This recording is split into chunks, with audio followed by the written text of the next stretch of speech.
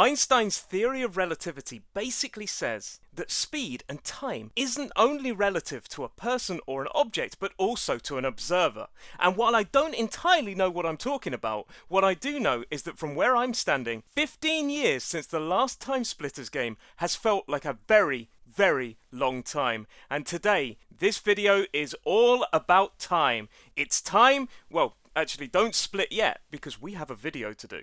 Hello everybody, I'm Roy McCoy and welcome to the latest episode of my series, What Happened To, where we take a game and or series from history that has seemingly disappeared and ask those all-important questions. What was it? What happened to it? And could we ever see it again? Today's focus is all about one of the greatest, in my opinion, first-person shooters on the PlayStation 2, and it's TimeSplitters. And if you do enjoy these sort of videos that look at the history of video games and ask where these video games are now, please feel free to subscribe to my channel. I also do reviews on here and numbers of other videos. And before we get started, don't forget to throw me a like because it really helps my video to grow.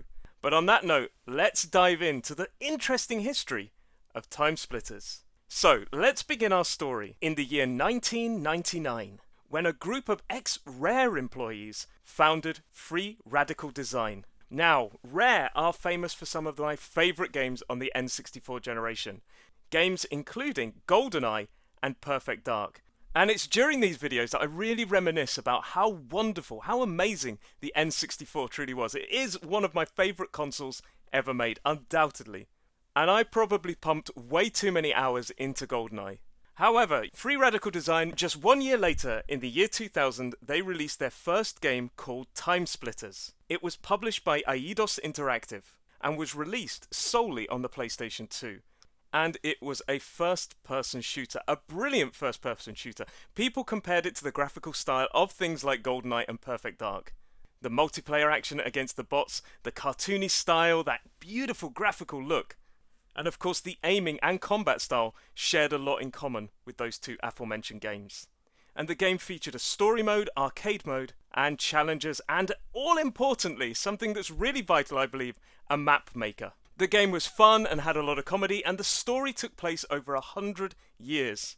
Basically, the premise of all of these games is the ability to travel forwards and backwards in time. And TimeSplitters 1 took place in 9 fictional locations between the years of 1935 and 2035, and focused on the battle against the TimeSplitters, some evil alien race who are hell-bent on destroying the human race.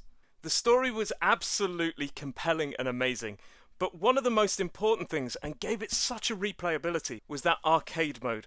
Now, not only in the story mode could you and a friend co-op through the entire campaign, in the arcade mode, you and up to 3 other players could battle it out alongside 10 AI bots. And you could go it like alone, or you could do it in teams. It was just a brilliant addition, and that combined with the fact there is a level editor gave this game a hell of a lot of replayability.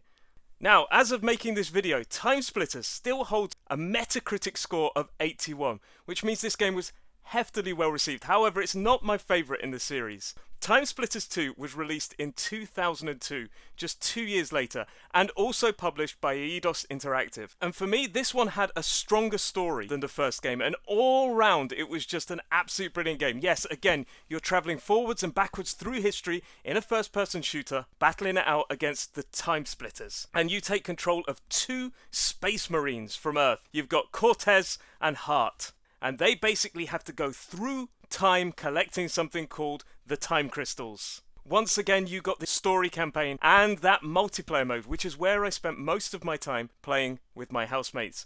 And of course, the map maker came back. There was also some great weapons. You could use things like a brick. You had the fire extinguisher. You had crossbows, grenade launchers, you name it, it was in this game. I believe, if I remember rightly, there was even a Kalashnikov that looked like the one out of Goldeneye. I remember one of my favourite characters in this game was a guy called Harry Tripper, who from memory was some kind of like a disco dancing detective. And I believe he was in at least 2, maybe all 3 of the games. There was also a Wild West character called Ample Sally. I'm not even going to talk about what she looked like, but she was Ample Sally.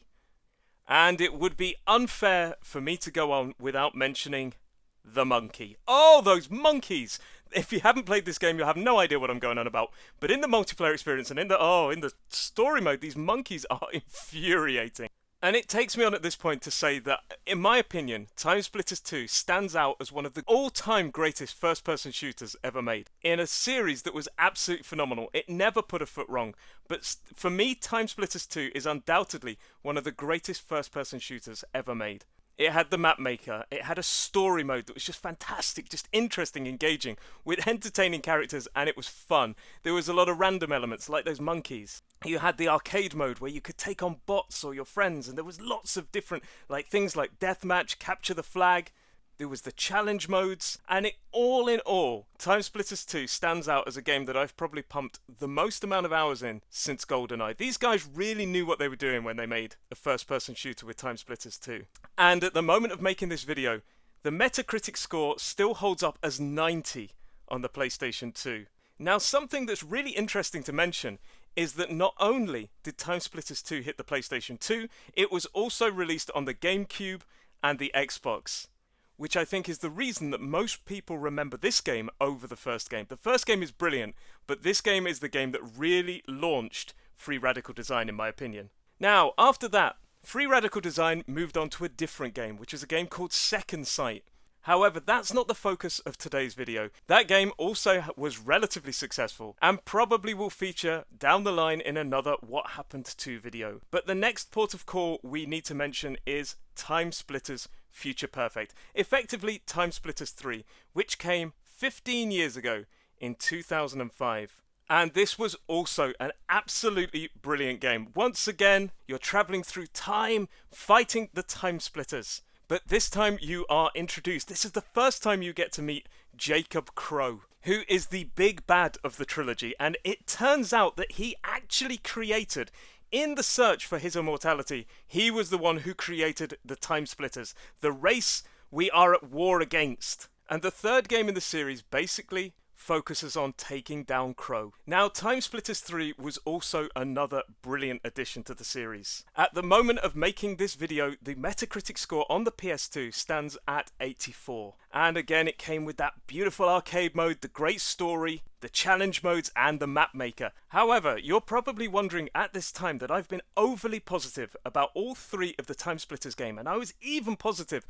about Second Sight. So basically, in the TimeSplitters series, Free Radical Design had gone 3 for 3 in great games. And interestingly enough, before we move on to what went wrong, what happened, I need to say that TimeSplitters Future Perfect was published by Electronic Arts and not Eidos Interactive like the previous two games, but still arrived on the GameCube, the PS2 and the Xbox. This Nottingham-based company, in the heart of the UK, was doing a bang-up job. So what went wrong for them? Well, you may remember another game called Haze that was released in 2008 on the PS3 and published by Ubisoft. Now, Haze was also a first-person shooter. However, sadly, it wasn't received as well as the TimeSplitters games, and was not a huge financial success.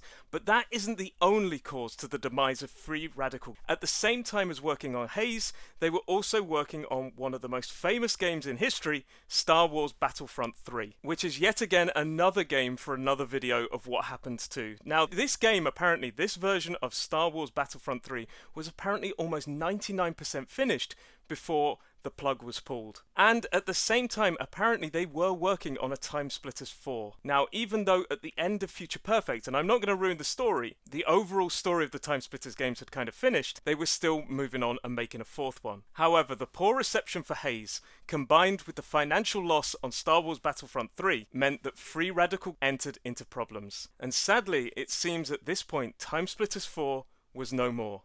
Because in 2009, Free Radical Design was purchased by German game developer Crytek. And the name Free Radical Design no longer existed, and they became Crytek UK, still based in Nottingham. In fact, they moved from an area of Nottingham to the city centre in an expensive move. And the reason I mention that is because it does have a little bit of relevance later on. Anyway, as Crytek UK, the team then worked on some of the Crysis games that were also published by Electronic Arts, and all the games they worked on as Crytek UK were indeed first-person shooters. When it ain't broke, don't fix it. So if you've got that winning formula, keep making games. However, this is where the story gets really interesting. It looks like Crytek didn't have any intention of making TimeSplitters 4. And in 2014, Crytek came into financial difficulties. And sadly, the artist formerly known as Free Radical Design, who had then become Crytek UK, was shut down, and all of the development and assets were sold to Koch Media. I had to check on Google how to pronounce that because it did sound like a farmyard animal when I said it the first time. But they were sold to Koch Media, who are a parent company of video game publisher Deep Silver. So the Crytek UK team became part of Deep Silver. Now, due to British law, Crytek UK had to be completely shut down, and a new studio was opened called Dambuster Studios. Now, you may remember this name because it's a company that's currently working on Dead Island 2. How interesting that TimeSplitters and Dead Island 2 have pretty much arrived in the same location. Well, not quite at this point, because the entire team of Crytek UK shifted over to become Dambuster Studio, also based in Nottingham. And they went on to work on Homefront: The Revolution. So, what happened to the rights to TimeSplitters? Well, it all gets a little bit confusing at this point, but effectively they were still owned by Crytek. However, the rights to TimeSplitters were eventually bought out by another company called THQ Nordic. I told you at the start of this video, just the list of developers and publishers is insane when connected to TimeSplitters. THQ Nordic, a company famous for buying up the rights to old franchises and games and making them and remaking them and remastering them. You only have to look at games like Kingdom of Amalur Re-Reckoning to know what I'm talking about, or Red Faction Remastered Edition. They do like their puns, they really, really do. Now, THQ Nordic are owned by one of the biggest Nordic entertainment companies in the form of Embracer. Now, when THQ Nordic bought the rights in 2018, just before that, Embracer had purchased Koch Media, which meant that the original team who worked on the TimeSplitters games had somehow come under the same umbrella as the rights for TimeSplitters. And at some point, the rights from TimeSplitters were sold by THQ Nordic to Deep Silver, who owned Dambuster Studios, who were previously known as Crytek UK, who were previously known as Free Radical Design. So effectively, the TimeSplitters rights are now back in the hands of the people who originally worked on it, presuming that those people are still there. So that's kind of almost where our story of TimeSplitters ends. However, these videos are all focused, so you have 3 brilliant games, and the rights still held by the company or somehow in the family. So the question now is, do we think we could see another? And I'm going to say yes, 100% yes. This game has to be coming. For one, as a first-person shooter, yes, it's in a crowded market with loads of other games out there, but it still stands apart as one of the most fun and entertaining experiences in an FPS environment I've ever had. It stands apart because of its cooperative play, it stands apart because of its arcade feel, its vibe, its fun, and its general entertainment. It doesn't take itself too seriously, and of course the story as well was heavily engaging. But one thing I could imagine seeing, maybe not a TimeSplitters 4 just yet, although I wouldn't write that off, I could see a remaster of one of the original games, maybe even TimeSplitters 2. Because if you think about it, it's got the story, it's got the arcade mode, it's got the level editor. It wouldn't take too much work. Now, I'm not saying that it wouldn't be a lot of work, but it wouldn't take an incredible amount of work to bump this up, because the coding and the format is already there, in my opinion, in my layman's terms. So yes, do I think we could see another one? Hell yeah. I think we're going to see this game at some point in the future because the fans still love this game. They still call for TimeSplitters. And why am I so confident that we are getting a new TimeSplitters, either TimeSplitters 4 or TimeSplitters HD Remastered? Well, it's quite simple. The rights are back in the hands of Deep Silver, and therefore the original team at Dambuster Studios under Deep Silver has access to those rights.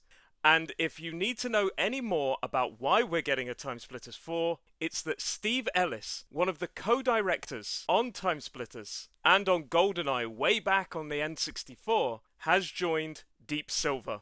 And on August the 21st, 2019, Dambuster Studios, who still is made up of a number of former Free Radical Design employees and developers, announced that Steve Ellis is working on an unannounced TimeSplitters product. This means the band is back together, and Steve Ellis is a person who has confirmed that he has unfinished business with the TimeSplitters franchise. Steve Ellis, of course, has said that the TimeSplitters franchise was ahead of its time. Ironically enough, And I have to say that I totally agree with him. The TimeSplitters rights are back home, where they belong. So maybe if Deep Silver managed to pull out Dead Island 2 and TimeSplitters 4 at some point during the next year or two, I will say it is an amazing achievement. That's what I'm hoping for. But for that brings us to the end of this video. Thank you very much for watching. Let me know in the comments below which other series from history you'd like me to cover next. But on that note, this is Roy McCoy, out.